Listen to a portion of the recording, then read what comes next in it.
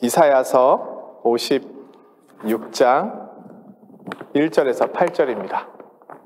이사야 56장 1절에서 8절 우리 교독하겠습니다. 제가 먼저 읽겠습니다. 여호와께서 이와 같이 말씀하시기를 너희는 정의를 지키며 의를 행하라.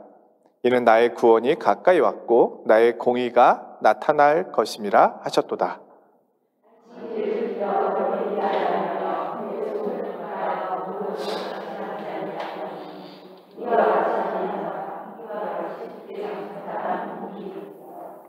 여호와께 연합한 이방인은 말하기를 여호와께서 나를 그의 백성 중에서 반드시 갈라내시리라 하지 말며 고자도 말하기를 나는 마른 나무라 하지 말라.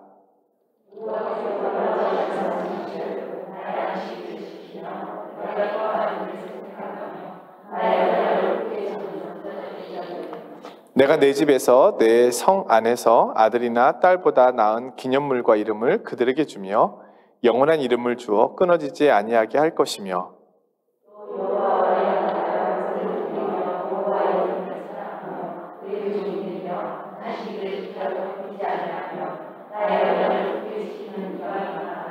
내가 곧 그들을 나의 성산으로 인도하여 기도하는 내 집에서 그들을 기쁘게 할 것이며 그들의 번제와 희생을 나의 제단에서 기꺼이 받게 되리니 이는 내 집은 만민이 기도하는 집이라 일컬음이 될 것임이라. 이스라엘의 쫓겨난 자를 모으시는 주 여호와가 말하노니 내가 이미 모은 백성 외에 또 모아 그에게 속하게 하리라 하셨느니라. 아멘. 성경에서 가장 긴 장을 가지고 있는 권은 시편이죠. 시편은 무려 150장까지 있습니다. 그 다음 가장 많은 장을 가지고 있는 권을 찾으라면 이사야서이겠죠. 66장까지 있습니다. 근데 이사야서 말씀이 쉽지가 않습니다. 일반적으로 역사서의 말씀은 좀 쉽거든요. 사무엘상하, 열왕기상하 그것은 역사적인 연대 순서대로 진행이 되니까 역사적인 배경 안에서 말씀을 보기 때문에 좀 수월합니다. 근데 예언서 같은 경우에는 시대적 배경을 알아야 그 예언자의 메시지를 바르게 이해할 수 있거든요. 그러다 보니까 이 예언서, 선지서를 볼 때는 조금 더 많은 연구가 필요한 것이 사실입니다. 예를 들면 예레미야서 같은 경우에는 이 남유다가 멸망하기 직전에 예레미야가 선포했던 말씀이잖아요. 그때 이스라엘 백성들은 이 바벨론으로부터 유다를 지키기 위해서 애굽과 손을 잡을 정치적인 계획을 세우고 있었습니다. 그리고 위에는 이제 아수르. 그러나 이미 아수르는 지고 있는 나라였고 애굽 또한 지고 있는 나라였거든요. 그러나 바벨론을 바벨론으로부터 벗어나기 위해서는 애굽이라도 붙잡아야 했던 절박한 상황이 있었죠. 그때 예레미야는 애굽으로도 가지 말고 아수르도 의지하지 말고 하나님의 뜻이 있는 것이니 바벨론에 항복할 것을 권했습니다. 그때 매국노라고 불리우면서 예레미야는 아주 크게 고통을 당했죠. 그러나 예레미야 예언처럼 결국 바벨론에 의하여 남유다가 무너지게 되고 그리고 왕과 귀족들이 바벨론 포로로 끌려가게 되잖아요.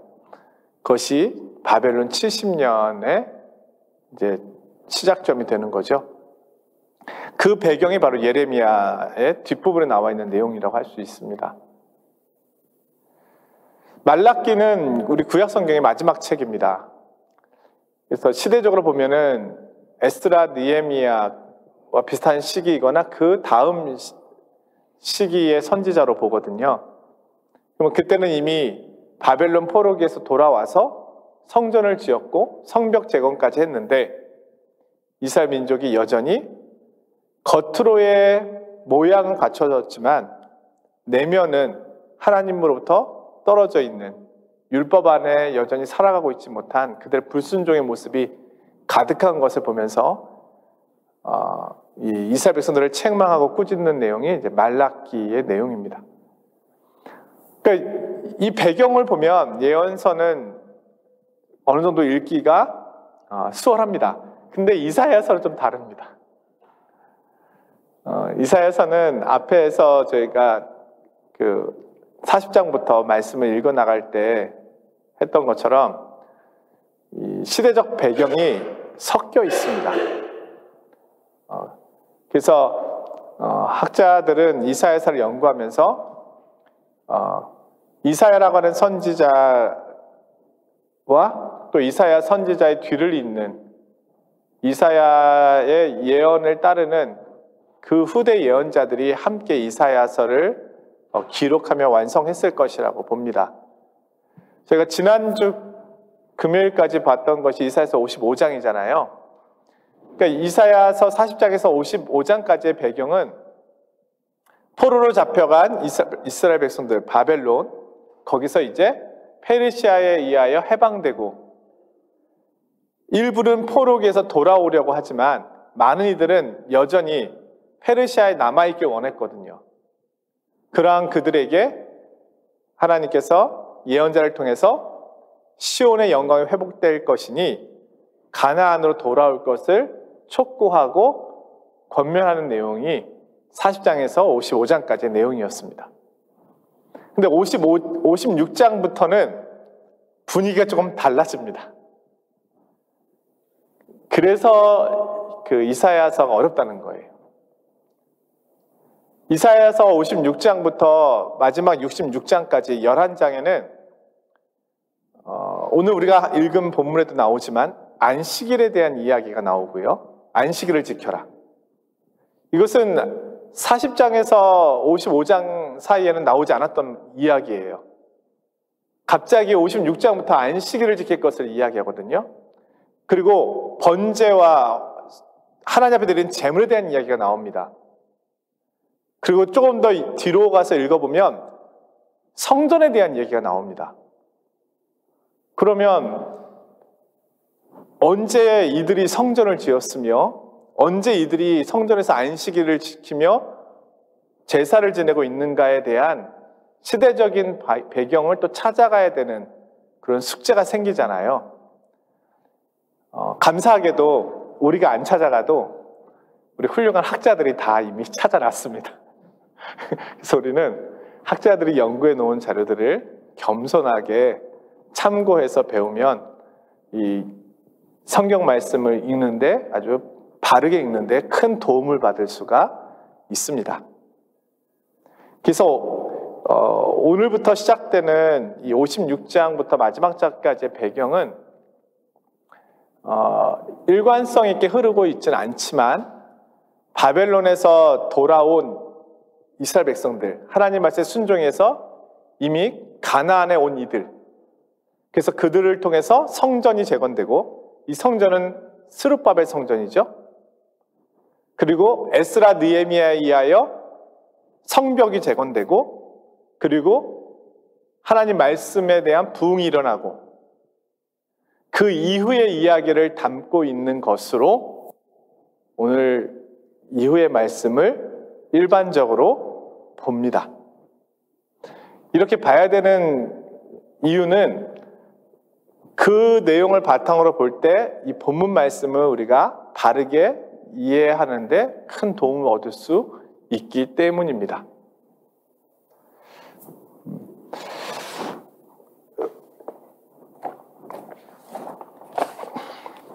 한번 우리 연대를 한번 추적해 보면 좋겠는데, 자, 연도에 특별히 숫자에 알러지 있는 분들이 계실 수 있거든요. 자, 일반적으로 우리가 북이스라엘과 남유다 두 나라가 나눠졌잖아요. 솔로몬 이후에. 그래서 북이스라엘이 먼저 무너지잖아요. 일반적으로 722년에 기원전 무너졌다고 보고 남유다는 586년에 기원전 무너졌다고 일반적으로 이야기합니다. 586년에 무너졌다라고 하는 것은 그때 예루살렘 성전이 무너졌다는 거예요. 이미 그 전부터 포로들은 바벨론으로 끌려갔습니다. 1차, 2차, 3차 포로에 의하여. 최종적으로 예루살렘 성전이 무너질 때가 3차 포로기라고 할 수 있겠죠. 1차 포로기부터 그 다음에 바벨론이 무너질 때까지 무너져서 바벨론에 있었던 이스라엘 백성들이 돌아오는 첫 포로 귀환 시점까지를 약 70년으로 보는 거죠. 그래서 예레미야 예언이 성취됐다고 보는 거예요. 그래서 1차 포로 귀환, 2차 포로 귀환, 3차 포로 귀환이 이루어지거든요. 근데 3차 포로 귀환은 에스라 느헤미야 때 이제 이루어지게 되는 것이죠. 이 기간이 어느 날 그 한순간에 이루어지는 것이 아니라 긴 간격을 가지고 이루어지게 됩니다. 그래서 586년에 성전이 무너진 후에 이 성전이 다시 재건되는데, 이 재건되는 시점이 이제 스룹바벨에 의하여 515년에 중건이 됩니다. 그러니까 옛날에 솔로몬 성전의 모습은 아니지만 그보다는 훨씬 작은 규모이지만 다시 성전이 지어진 거예요. 그게 515년인데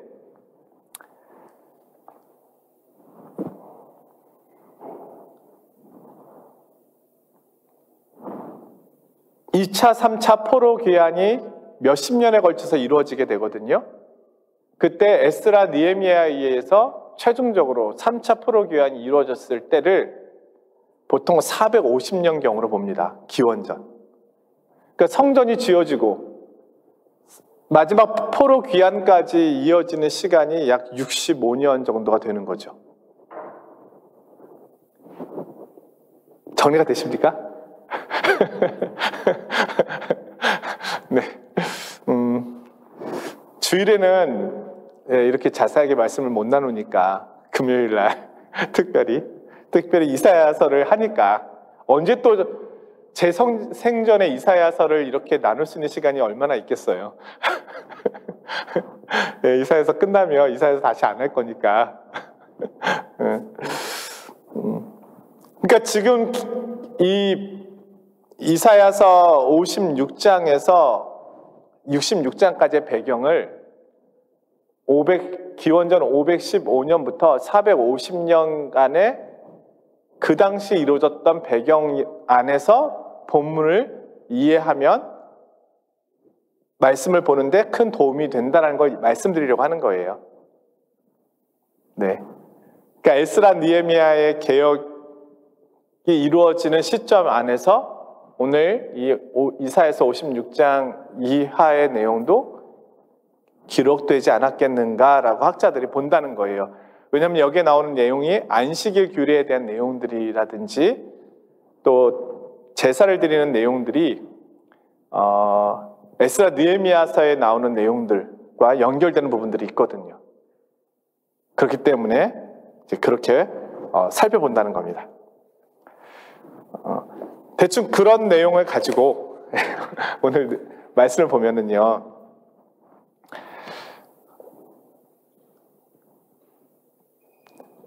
예전에도 한번 말씀드린 적이 있는데 우리가 구약 성경을 보면 이스라엘 백성들이 특별히 북이스라엘도 그렇고 남유다도 그렇고 또 사사시대도 그렇고 하나님 앞에 가장 큰 책망을 받는 경우들이 있습니다. 그리고 그 책망이 너무너무 커서 나라가 무너지게 되는 경우가 있어요. 여러분, 한 나라가 무너진다는 것이 쉬운 일입니까? 쉽지 않잖아요. 더군다나 이스라엘이라고 하는 이 나라가 이방에 의하여 무너진다는 것은 결코 쉬운 일이 아니죠. 더군다나 하나님 택한 나라 아닙니까? 그런데 하나님께서 이 나라들을 책망하시는 방편으로 이 나라를 무너뜨리시거든요. 근데 하나님께서 그 나라가 무너질 때 시대적인 배경, 왜 그들이 심판받을 수밖에 없는지에 대하여 성경이 말씀해 주거든요. 크게 두 가지입니다. 뭐 넓게 본다면은 하나님의 말씀에 대한 불순종이라고 할 수 있겠죠. 예를 들면은 예배가 형식화된다든지 하나님을 향한 말씀, 계명이 무겁다. 이거는 하나님의 계명이 너무너무 무거워서 귀찮은 거예요. 벌써 안식일이야? 뭐 이런 거죠. 또 제사 지내야 돼? 이런 어떤 하나님에 대한 경시, 이것이 일반화되기 시작합니다.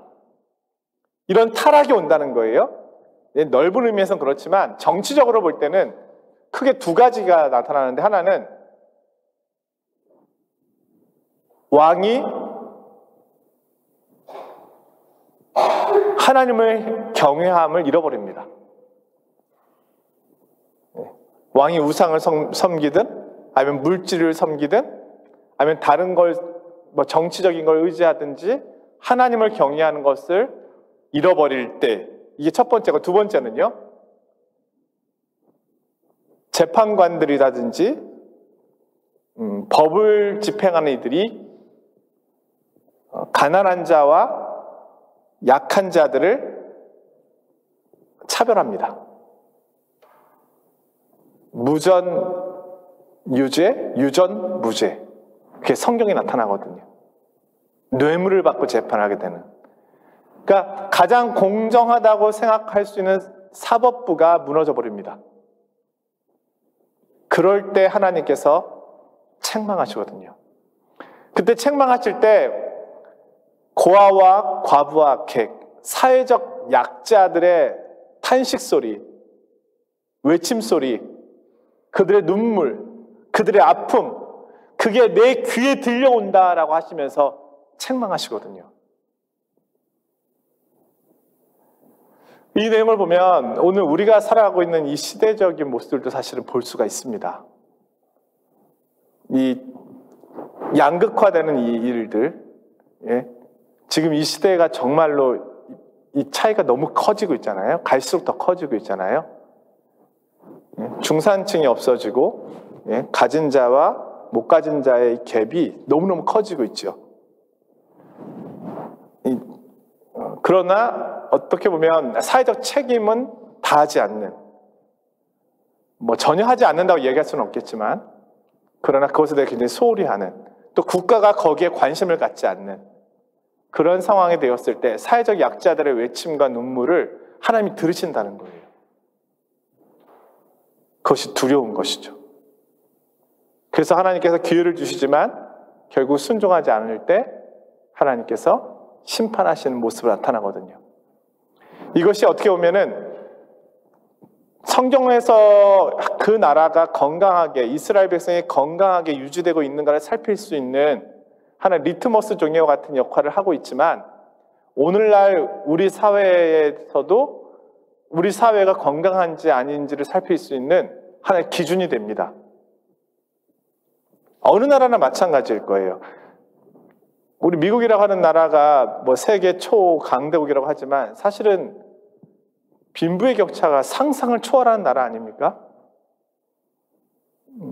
제가 며칠 전에 본 기사에서는 뉴욕 지하철을 탈 수가 없다고 하더라고요. 뉴욕 지하철에 노숙자들이 하도 많아가지고 지하철을 다 점령했다는 거죠. 노숙인들이.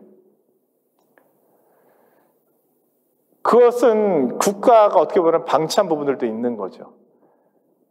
물론 뭐 모든 책임을 다 국가가 짊어질 수는 없지만 분명한 사회적 약자에 대한 책임을 가진 자들이 져야 될 부분이 있다는 겁니다. 하나님께서는 그런 의미에서 부자들을 책망하신 내용이 많이 나오잖아요. 부자가 하나님 나라에 들어가기가 얼마나 어려운지, 낙타가 바늘개로 들어가는 것이 훨씬 더 쉽다라고 말씀하시잖아요. 거기에는 부유한 자들의 탐욕과 욕심, 또한 자신들이 해야 될 사회적 의무를 다하고 있지 못한 모습이 있다는 거죠. 이스라엘 백성들이 포로기에서 돌아왔습니다. 성전을 지었습니다. 그런데 성전도 짓고 신앙도 회복해 가야 되는데 이들의 신앙이 회복됐는지 회복되지 않았는지를 살필 수 있는 척도가 두 가지가 오늘 성경에 언급되고 있다는 겁니다. 앞서 말씀드린 그 내용이에요. 그것은 오늘 우리의 그리스도인들의 삶의 자리도 살필 수 있는 중요한 척도가 될 수 있어요. 근데 이것이 놀랍게도 하나님 말씀, 예수님께서 말씀하신 내용과 동일하게 연결된다는 겁니다. 예수님께서 가장 큰 계명을 묻고 있는 율법사에게 크게 요약해서 말씀해 주시잖아요. 하나님을 사랑하는 것, 그리고 둘째도 이와 같으니 이웃을 내 몸같이 사랑하라 하셨잖아요. 이 계명이 동일하게 연결됩니다. 오늘 우리가 읽은 56장에 1절에는 이렇게 나오거든요. 너희는 정의를 지키며 의를 행하라 해서 정의와 의를 지킬 것에 대한 말씀이 가장 먼저 언급되고요. 두 번째는 2절에 안식일을 지켜 더럽히지 아니하며, 정의와 의에 대한 말씀, 그 다음에 안식일에 대한 말씀이 나옵니다. 안식일은 우리가 알고 있는 것처럼 하나님 사랑에 대한 가장 첫 번째 증거가 될 수 있는 부분이잖아요. 가장 기본적인 것이잖아요. 지금도 유대인들이 안식일을 얼마나 잘 지키는지 이스라엘을 다녀오신 분들은 아실 거예요. 안식일이 금요일 5시부터 시작되거든요. 저녁 5시, 오후 5시. 그러면 4시 반 이후부터는 트람도 멈춥니다. 이미 2시, 3시 되면은 모든 상점들이 문을 닫기 시작합니다. 안식일을 지켜야 되니까. 그럼 관광객들은 어떡합니까? 관광객들이 뭐 안식일을 지키겠어요? 예. 그런데 모든 교통수단들이 멈추니까 그때는 아랍 사람들이 운행하는 택시를 타면 됩니다. 아랍 사람들은 안식일을 지킬 필요가 없잖아요. 그래서 금요일 날 5시 이후부터는 아랍 택시들이 많이 다니죠. 그러니까 참 일반적으로 볼 수 없는 풍경이죠. 그러나 그들은 그렇게 철저하게 안식일을 지킵니다. 그것이 하나님을 사랑하는 첫 번째고, 그리고 자신들이 지켜야 될 가장 중요한 계명이라고 생각하기 때문이에요. 그런데 지금 이 당시에 안식일을 지켜 더럽히지 아니하며 라고 말씀이 나오는데, 이 말씀이 나오는 배경은 이들이 안식일을 소홀히 하기 시작했다는 거예요.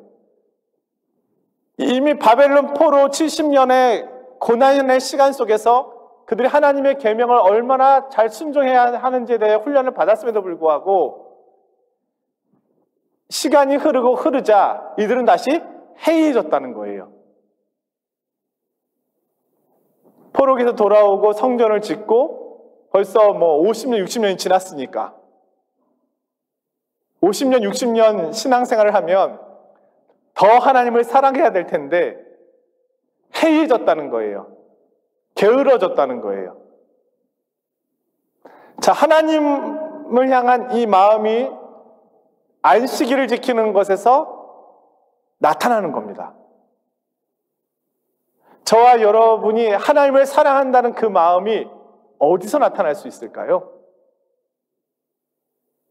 나는 마음으로 믿어요. 나는 마음으로 해요. 그렇죠? 마음으로 하는 거는 뭐 그 마음 우리가 알 방법이 없으니까. 예. 하지만 하나님은 마음을 아시겠죠. 그러나 성경은 뭐라고 합니까? 마음을 다하고 뜻을 다하고 목숨을 다하고 힘을 다하여. 네 가지를 이야기하고 있잖아요. 마음만 이야기하고 있지 않잖아요. 그 증거가 안식일을 지키는 거였어요. 너무너무 당연한 것임에도 불구하고 이 당연한 것을 하지 않았다는 거죠. 오늘날 우리도 동일하게 적용해 볼 수 있습니다. 오늘 우리가 하나님을 섬기고 있는 것이 어디에서 잘 나타날 수 있겠습니까? 가장 기본적인 것은 주일 성수죠.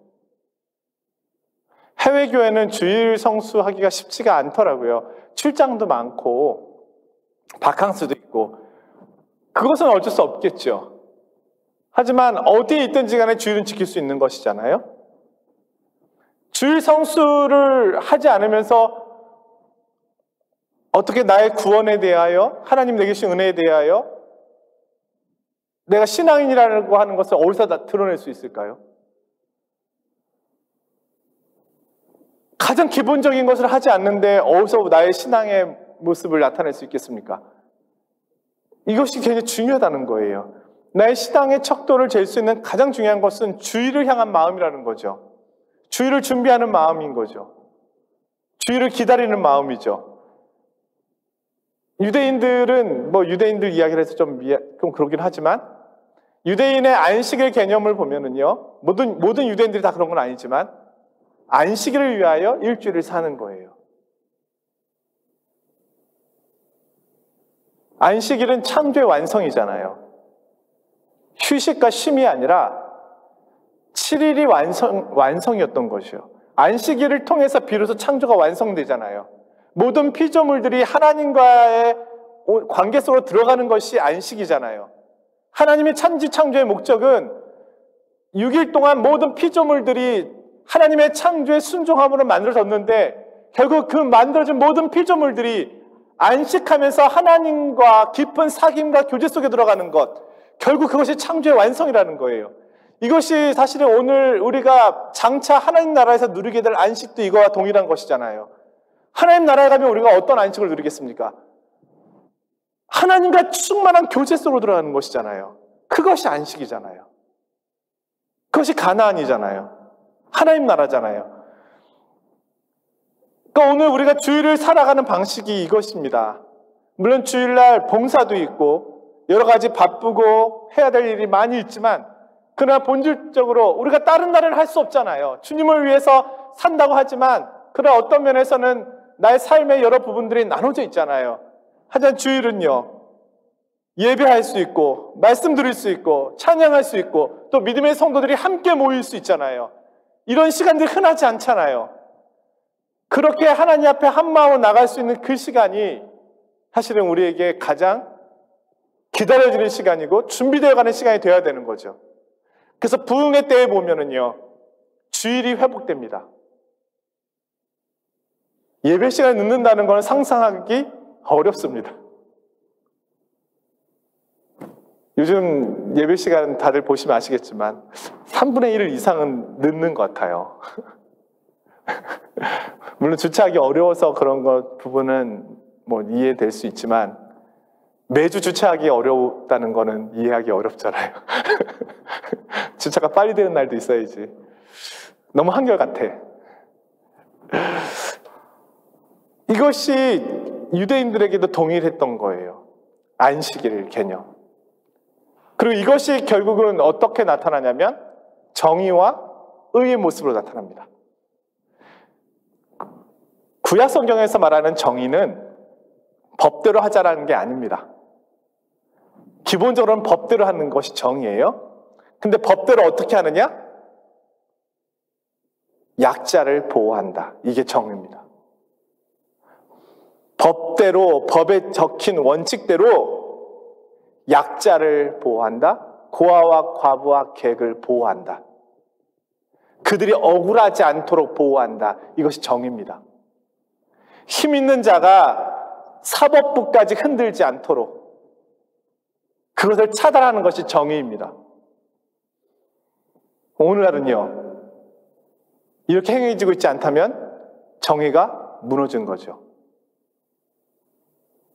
많은 정치 지도자들이 법을 이야기하고 자유를 이야기하고 정의를 말하지만 사실은 거짓말이죠. 그것은 약자를 위한 것입니다. 원래 구약에서 말씀하고 있는 정의는 힘 있는 자들을 위해 존재하는 게 아니에요. 원래 법은요, 약자들을 보호하기 위해 존재하는 거예요. 왜냐하면 그것조차 없으면 약자를 보호할 수 있는 방법이 없잖아요. 힘 있는 사람은요, 그 법이 없어도 자신을 보호할 수 있어요. 그런 능력이 있잖아요. 하지만 연약한 사람은요. 그래서 원래 구약에서 말하고 있는 정의는 고아와 과부와 객, 그들의 영역, 그들의 땅에 있는 경계석, 그것을 옮기지 못하도록 법으로 철저하게 보호해 주는 것을 의미합니다. 왜냐하면 힘이 없는 그들의 경계석을 옮겨 놓을 수 있으니까. 힘을 가지고 뺏어갈 수 있으니까. 그것이 정의거든요. 의도 동일한 의미로서 사용됩니다. 의도, 이 약자들을 향하여 베풀게 되는, 이건 법을 떠나서 법을 초월한 어떤 베품, 선을 행함, 이것을 의라고 이야기합니다. 그들의 필요를 채워주는 것, 이런 것을 의라고 할 수 있죠. 이것이 무너졌다는 거예요. 결국은 뭡니까? 하나님 사랑과 이웃 사랑이 무너져 내렸다. 다시 이들이 자신의 본성대로 돌아갔다. 그 내용이 오늘 56장 1, 2절에 나오는 내용입니다.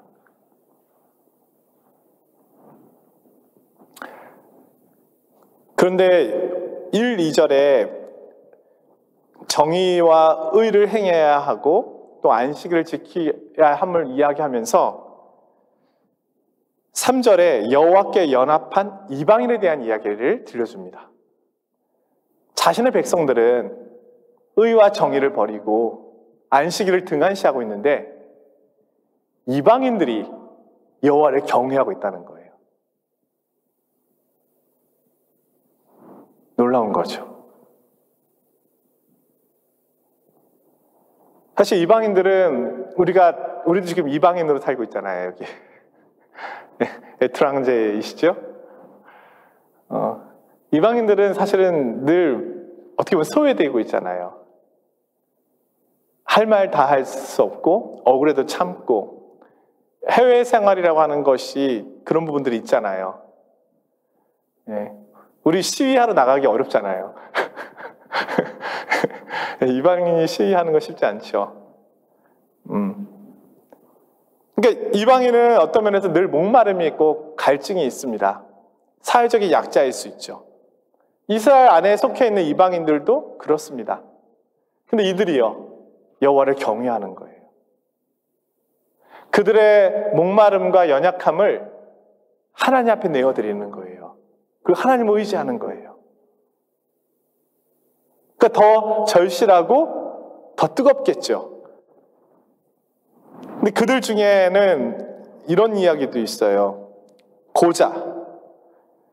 그러니까 하나님 앞에 나아오지 못하는 이들을 하나님께서 자신의 하나님의 거룩함을 나타내기 위하여 거룩하지 않은 어떤 형태의 모습에 대해서 이야기할 때 고자가 등장을 하거든요.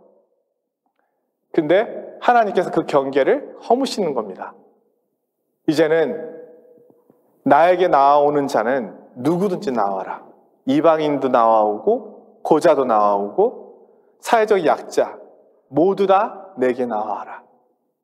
나를 사모하고 나를 찾는 이들은 다 내게 나아오라. 그를 가리켜서 여호와께 연합한 이방인, 이렇게 부르고 있습니다. 그리고 7절에 가서는 내 집은 만민이 기도하는 집이다. 우리 예수님께서 이 말씀을 인용하셨던 부분이 있죠. 내 집은 만민이 기도하는 집이거늘 너희가 강도의 구려를 만들었다. 모든 백성들이 내게 나와 나를 예배할 수 있다. 오늘 본문을 요약하면 이렇게 됩니다. 여호와를 마땅히 경외해야 될 이스라엘 백성들은 하나님을 떠나가고 있습니다. 여전히. 그런데 소외됐던 이방인들이 여호와께 나아오고 있습니다. 하나님은 그들을 품으시고 내 집은 만민의 기도하는 집이라고 말씀하십니다. 오늘 우리 하나님께서는 자신에게 나아오는 자를 외면하지 않으십니다. 그가 이방인이든 흠이 있든 연약하든 문제가 있든 지극히 작은 자라 할지라도 하나님께서는 자신을 찾는 자에게 자신을 드러내시고 오늘 표현을 빌면 여호와께 연합한 이방인이 되게 하십니다. 오늘 이 금요기도의 자리, 우리가 어떤 기도 제목을 가지고 하나님 앞에 나왔던 하나님 앞에 나온 우리들을 하나님께서는 품으십니다. 그리고 우리를 만나시고 우리에게 은혜를 베푸십니다. 이것이 오늘 우리가 기도할 수 있는 특권이겠죠. 오늘 여호와께 연합한 이방인처럼 여호와를 경외함으로 나오는 우리들에게 주님께서 만나시고 또 우리의 기도를 들으시고 다른 이들이 어떠하든지 간에 자신을 찾는 자에게 자신을 드러내시는 우리 하나님을 경험하는 복된 이 금요 기도의 자리가 되기를 주님의 이름으로 축원드립니다.